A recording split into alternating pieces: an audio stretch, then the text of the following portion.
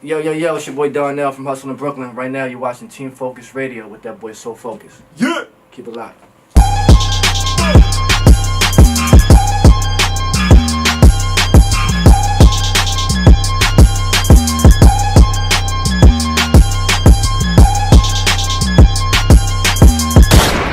Yeah, you know what it is, Team Focus Radio. I'm your host, So Focus. Right now, we're coming at Brick House Studios right now. I got my dude Darnell. What's going on, my brother? What up, bro? How you doing, man? How you doing? So it's a long trip here, bro. Yeah, facts. Let's get some quick questions real fast. So you're from Brooklyn?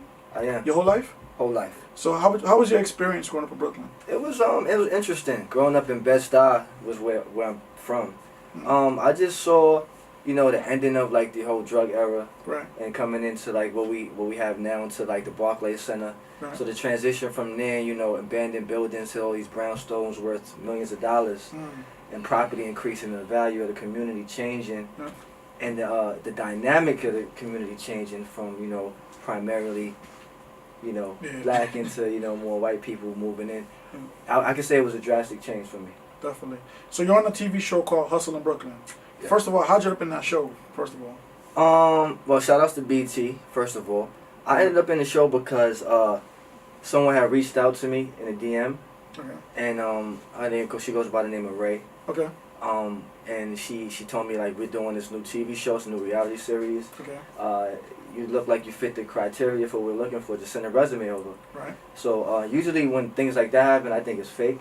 Right.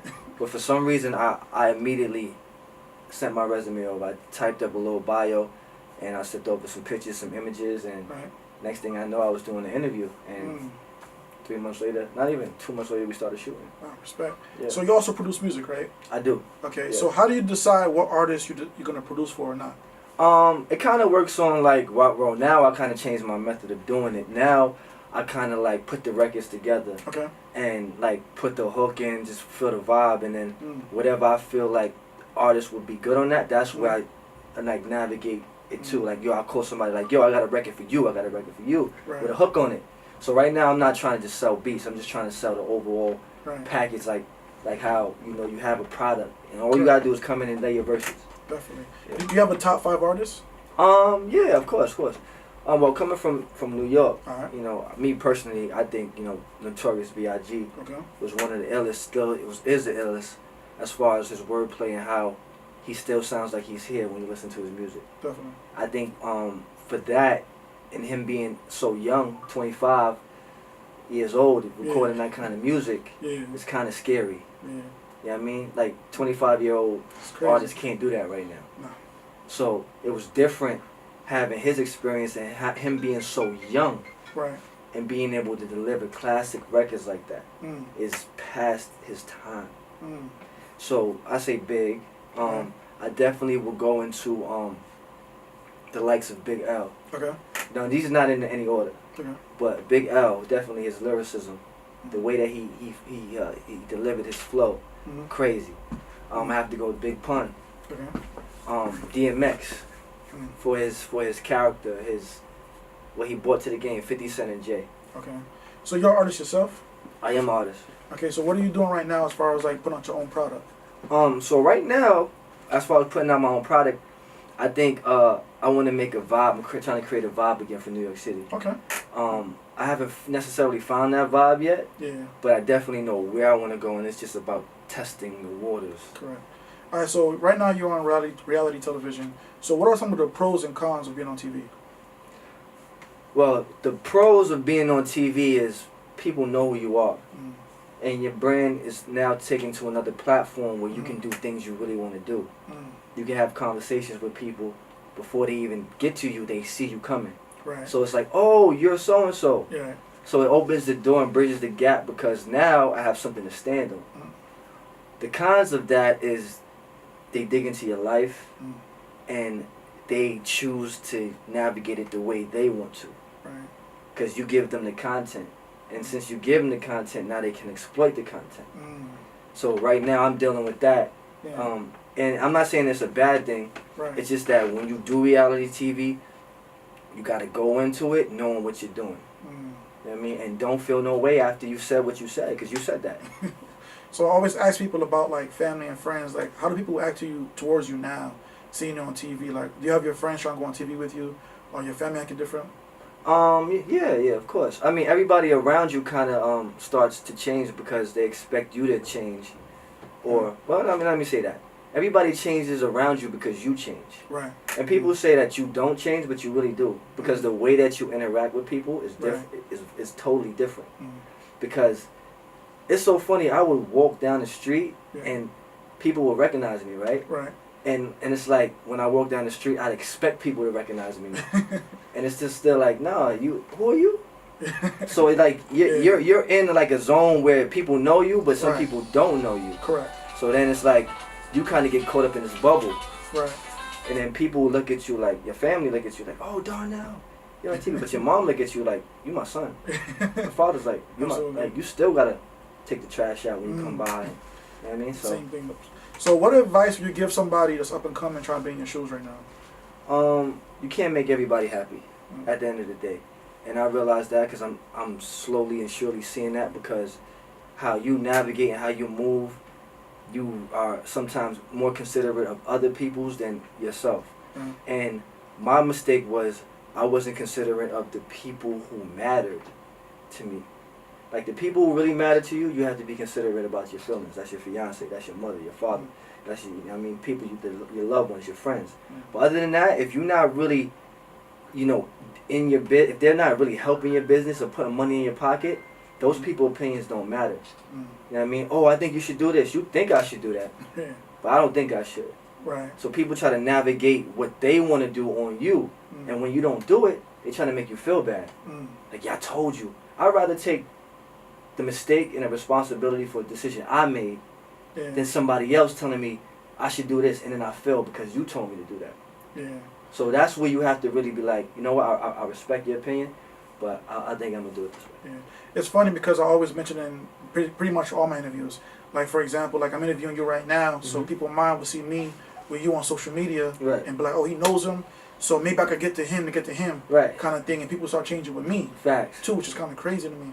So like, if I was like you coming up in the game, like, was anybody that you kind of like latched on to, or somebody that kind of put you on? Yeah. I had a. It was like a process for me getting on. You know, when I first started and I was interning in Def Jam, Correct. I was around a lot of people that moved and shaked, and I still have relationships with them. But they weren't necessarily artists. Right. They were more like executives and people, playmakers. But like an artist that I latched to first was an artist named Brasco. Okay. He's on Love and Hip Hop right now. Yeah. And me and him go back and forth about who's hotter and what's not and what city is better. Yeah. And he's just he's a big brother to me because he did it and he put me in the same rooms as Timbaland, as Pharrell, as Missy Elliott. So he allowed me to use my engineering skills because I wasn't really an artist at that time. I was writing, but I wasn't recording like nothing crazy. Right. So he would put me around these people. He would give me the opportunity to work. Right. And then I started, you know, getting my skills up. And then I interned at another studio and I started working with Mace. Right. And you know, and when I was younger, I wanted to be around people like this because they shaped like he was in the same room as Biggie. He worked with Biggie. Biggie wanted to sign him. Right. So me working with him was like, damn, I'm working with someone who Big said was talented. Now he's saying I'm talented. So being able that he was my mentor, I still talk to him today. Like he tells me how to navigate and that's why my music sounds like how it does like right now. Because people like, yo, you polished, like you sound like you out already, and that's because I've been around these guys, and they allow me to tell them like, yo, when I'm in the studio with him, I'm like, yo, I think we should change that. And he's like, why? I'm like, I give him my reasons. Like, okay, let's change it. So he allows me he allowed me to be an executive. Right. So I forever appreciate it for that. You ever been starstruck before? Yeah, I have. Who? Well, when I first met Beyonce, that was kind of like wow, because you see her whatever, and you know the females like Rihanna and stuff like that, and order, you know, Halle Berry probably was like the craziest. Like wow, yeah, Halle Berry, like ooh, and you know, but they're regular people. Because when I was talking to Rihanna, it's just like she was just like, yo, like a regular. She didn't have that personality like, oh, you can't talk to me. She was really, really approachable, really personable, and that's what I liked about her and Beyonce as well. Beyonce is super like she's super cool. Right. Like you could take a picture with her. You can, you could talk to her. Right. So like those kind of stars really make you see like, yo, you can approach them, Right. and you don't really have to be starstruck, but respect them as a person first before an artist. Correct. You're a father now, right? I am a father. All right, so watching the show, I watch the show a lot. I love the show, by the way. Yeah. So how has being a father kind of changed your work ethic? Being a father completely changed my work ethic because I used to be in the crib chilling. Correct. Like, yo, I really got to get up today. So I get up and I get it done. And, I just wanted to be a good example for him and tell the truth, like, on this show. Because in my life, I'm in the industry, so, I got caught up in, you're the fast life. You were around the girls, you're around all that. And that consumes you. And then you become a victim to what you think you're supposed to be instead of being a good example. So, like, even with this show, like, I wanted to live my truth and whatever I went through. I went through, and people might say, "Oh, you wildin', you got your whole family on the drain," but I couldn't have done it any other way because it wouldn't have been accurate. Right. You know what I mean? It would have been inaccurate. I could have bought a double for my fiance, but I'm like, you know what? When I was going through it, I'm like, you're gonna see why I did it. Yeah. So where do you see yourself in 5 years? Well, in 5 years, I will be still cranking out hits. I'm definitely going to take over the music scene. And probably if I'm offered an executive position at a major label, I'll take it. Because that's where we want to go. I had this vision of being a head executive at one of these urban record labels, just so I could be able to help change the narrative of how artists are selected, because now we're on some digital stuff. And when you hear an artist record, you look for the numbers automatically. We all do that. Yeah. Just subconsciously, we be like, yo. Sorry. We be like, yo, how many numbers he got? Right. Instead of saying, is he really dope? Is she really dope? Right. Like, can I do something with this? And then being able, if you're in a position to help that artist. Right. Because the numbers, you can get numbers, you can buy numbers, you can sway people to like something by how you market it. Right. And I think we're doing it the totally wrong way now. Yeah. Because we're putting these artists out, they got one record, they hot, they got a little buzz, but they can't sustain that. So then we're going in a cycle, we get one, and that's why we don't have any superstars now. Right. We have no superstars in this game because everything is so fast food. Right. You got a hit, we're going to put him out. Oh, you don't got enough? We get another one. And we don't have anything to sit on, no bodies of work. Right. We streaming music all day. We get tired of it. So for people out there, how can people out there get in contact with you on social media? Don't get in contact with me. Because I'm not going to answer you.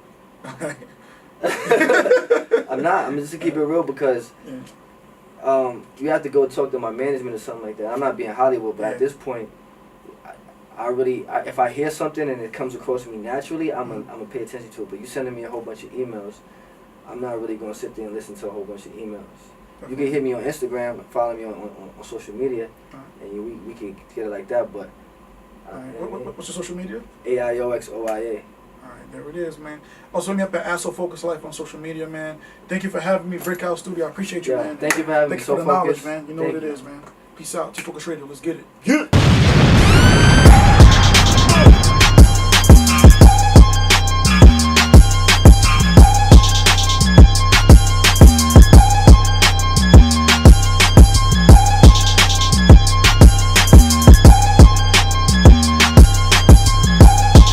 Bridging, I was like, who is that? What are they doing? Whatever. And then I went on and saw some of your work and I liked it. So I was like, yeah, let's do it. If you don't show that you're hungry, nobody's gonna give you an opportunity. Just do what you're doing and be good at what you do.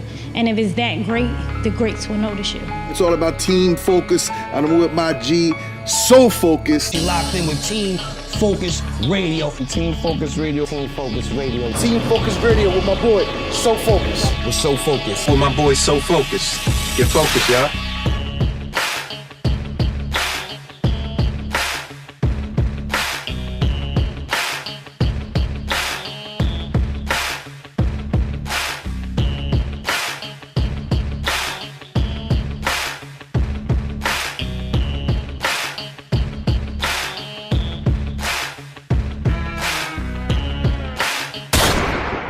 SoFocusedMedia.com